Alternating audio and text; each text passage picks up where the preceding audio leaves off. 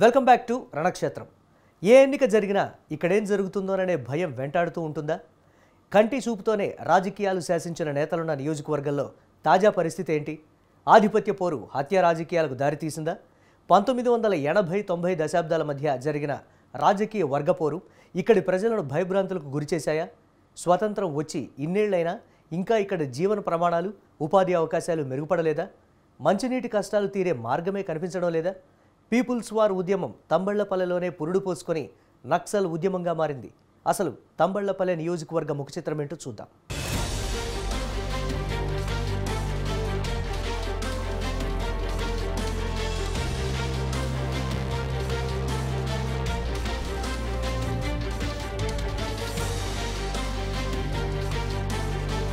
తంబళ్లపల్లె నియోజకవర్గం పేరు చెప్పగానే దశాబ్దాల వర్గపోరు మనకు కళ్ల ముందు కనిపిస్తుంది.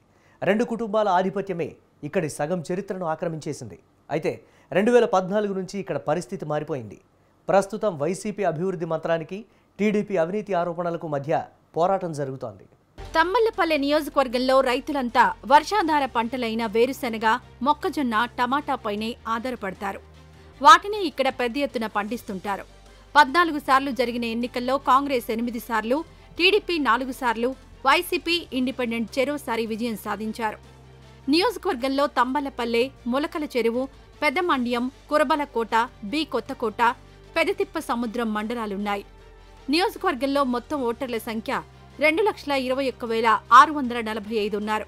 వీరిలో పురుష ఓటర్లు 1,09,217, మహిళా ఓటర్లు 1,12,418 మంది ఉన్నారు. థర్డ్ జెండర్లు 10 మంది ఉన్నారు.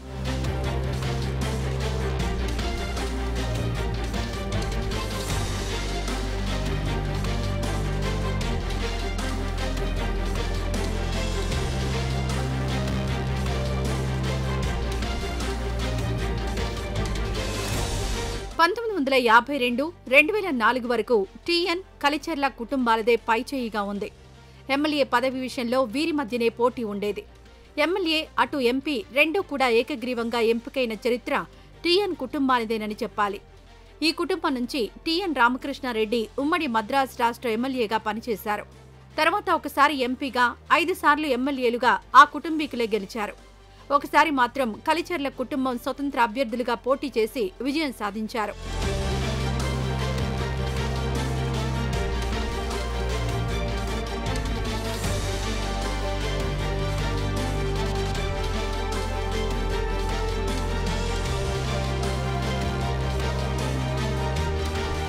పంతొమ్మిది 1973లో ఎన్టీఆర్ ప్రభంజనంలో కూడా తంబళ్లపల్లెలో టీఎన్ శ్రీనివాసులరెడ్డి ఇండిపెండెంట్గా పోటీ చేసి విజయం సాధించారు.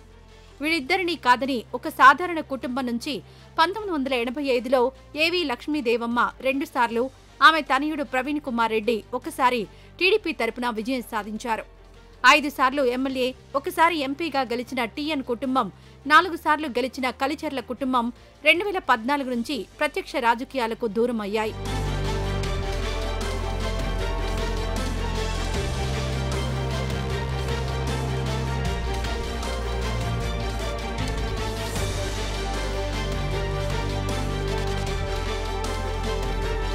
అక్కడ చంద్రబాబు తీవ్ర కసరత్తులు చేసి ఎవరూ ఊహించని అభ్యర్థికి సీటిచ్చారు. దీంతో కూటమిలో కల్లోలం మొదలైంది. 3 పార్టీల నుంచి 3 ఆశావహులు బయలుదేరి అశ్శరభశరభ అంటున్నారు. మరి వీరందరూ తెలుగుదేశం కొత్త అభ్యర్థికి సాయం చేస్తారా లేదా అనేది చూడాల్సిందే. అలాగే వైసీపీలో కూడా వర్గపోరుంది. అయితే ఏ పార్టీ ఈ అసమ్మతులను విజయవంతంగా నెట్టుకొస్తుందన్నది ఆసక్తికరంగా మారింది. తంబళ్లపల్లిలో ఎన్నికలంటే ఎప్పుడూ పోటాపోటీనే, ఎప్పుడూ ఆసక్తే. ఈసారి కూడా దానికి అతీతమేమీ కాదు.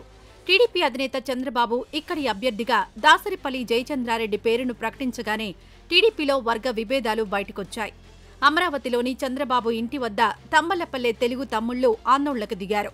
కార్యకర్తలు కొందరు పెట్రోల్ డబ్బాలతో వచ్చి హంగామా చేశారు. ఇటు వైసీపీలో కూడా వర్గ పోరు నడుస్తోంది.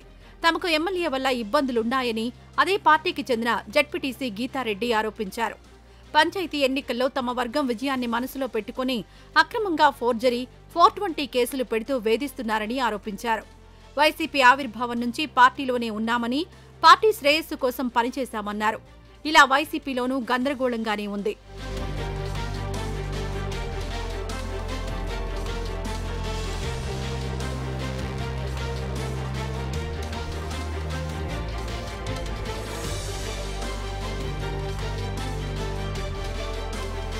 తంబళ్లపల్లి నియోజకవర్గంలో మొదట ఉమ్మడి అభ్యర్థిగా ప్రముఖ పారిశ్రామికవేత్త కొండా నరేంద్ర పేరు వినిపించింది. అయితే జనసేనాని పవన్ కళ్యాణ్ చెప్పడంతో అది మరీ పాపులర్ అయిపోయింది. దాంతో కొండా నరేంద్ర కూడా తన ఎస్టేట్లో భారీ ఎత్తున ఆత్మీయ సమ్మేళనం పెట్టి డబ్బులను మంచినీళ్లలా ఖర్చు చేసి హంగామా చేశారు.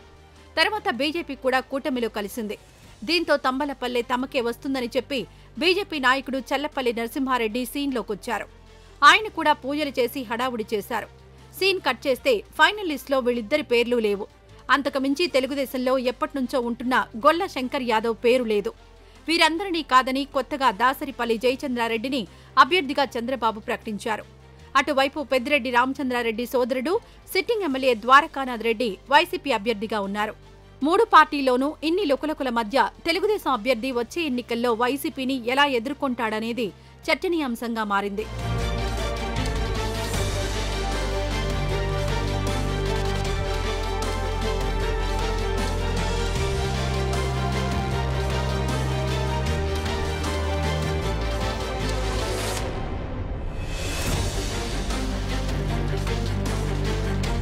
మంత్రి పెద్దిరెడ్డి సోదరుడు ద్వారకానాథ్ రెడ్డి అభివృద్ధే తన ప్రచారాస్త్రం అంటున్నారు. కొందరు సీనియర్లు కూడా ఆయనకు బాసటగా నిలుస్తున్నారు. అయితే ఈ అభివృద్ధే వారికి సంపాదన మార్గంగా మారిందని విపక్షాలు అంటున్నాయి. పథకాల పేరుతో కోట్లాది రూపాయలు స్వాహా చేస్తున్నారని మండిపడుతున్నాయి. వైసీపీ ఎమ్మెల్యేగా ఎన్నికైన ద్వారకానాథ్ రెడ్డి అన్న పెద్దిరెడ్డి రామచంద్రారెడ్డి తరహాలోనే ప్రజలకు మౌలిక సౌకర్యాల కల్పనలో ముందడుగు వేశారు. తంబళ్లపల్లి నియోజకవర్గంలో 2 భారీ రిజర్వాయర్ల నిర్మాణం పనులకు శ్రీకారం చుట్టారు. అవి పూర్తయితే మంచినీటి ఎద్దడి ఉండదని ప్రజలు చెబుతున్నారు. ఇంకా 500 కోట్ల రూపాయలతో గ్రామాల్లో లింక్ రోడ్లను నిర్మిస్తున్నారు. ఇంకా కురవలకోట మండలం చెన్నమర్రిమిట్ట సమీపంలో చింతపండు ప్రాసెసింగ్ యూనిట్ ఏర్పాటు చేసి ఉపాధి అవకాశాలు కల్పించారు. రైతు భరోసా, ఆరోగ్య కేంద్రాలను ప్రారంభించారు. నియోజకవర్గంలో నూతన సచివాలయ భవనాలు నెలకొల్పారు. ఇవన్నీ చెప్పి ద్వారకానాథ్ రెడ్డి ఓట్లు అడుగుతారని అంటున్నారు.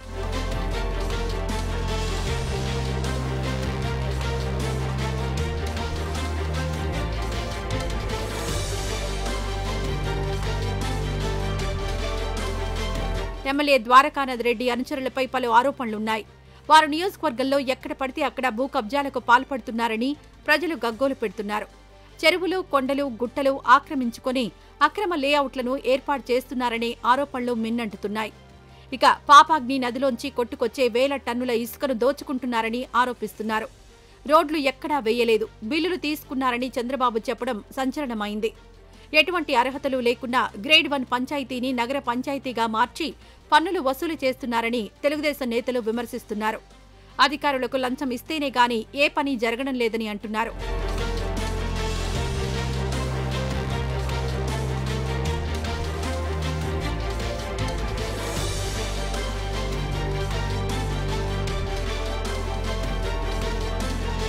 తంబళ్లపల్లి నియోజకవర్గంలో ప్రముఖ పర్యాటక కేంద్రం వేసవి విడిది హార్సిలీ హిల్స్ ఉంది. సముద్ర మట్టానికి 4140 మీటర్ల ఎత్తులో ఉంటుంది. దీనికి మన చుట్టుపక్కల నుండే కాకుండా పక్క రాష్ట్రాలైన కర్ణాటక, తమిళనాడు రాష్ట్రాల నుండి పెద్ద ఎత్తున పర్యాటకులు విచ్చేసి విడిది చేస్తుంటారు. తంబళ్లపల్లి నియోజకవర్గంలోని ప్రముఖ పుణ్యక్షేత్రం నేలమల్లయ్య స్వామి కొలువైన మల్లయ్య కొండలో ఎన్నో విలువైన ఖనిజ నిక్షేపాలు కలిగి ఉన్నాయి. మల్లయ్య కొండ, సాధుకొండ, ఇనుముకొండ, బంగారుకొండ ఇవన్నీ పర్యాటక ప్రాంతాలుగా ఉన్నాయి.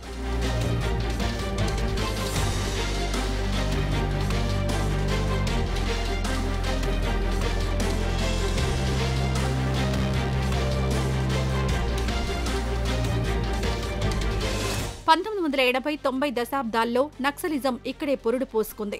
ఇక్కడి నుంచే జిల్లాలో పీపుల్స్ వార్ కార్యకలాపాలు పుట్టాయి. ఉమ్మడి రాష్ట్ర చరిత్రలో తంబళ్లపల్లి మండలంలోని అన్నగారిపల్లిలో నక్సలైట్లు ధర్మగంట ఏర్పాటు చేసి ఒక నూతన అధ్యాయానికి తెరతీశారు. ఈ గంట మోగిస్తే చాలు రాత్రిళ్లు అన్నలు వచ్చి తీర్పులు చెప్పేవారు.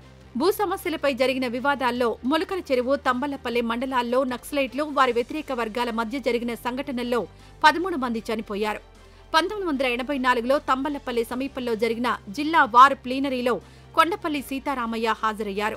తంబళ్లపల్లి నియోజకవర్గం కథలోకి వెళితే రాజకీయ వర్గాలు, ఆధిపత్య పోరు, నక్సల్ ఉద్యమాలు, కరువు కాటకాలు, వలసలు ఇవే కనిపిస్తాయి. ఏ చరిత్ర చూసినా ఏమున్నది గర్వకారణం అన్నట్లు తంబళ్లపల్లి చరిత్ర మొత్తం వర్గపీడన పరాయణత్వంగానే మారింది. 2024లోనైనా పరిస్థితులు మారతాయా లేవా అనేది వేచి చూడాల్సిందే.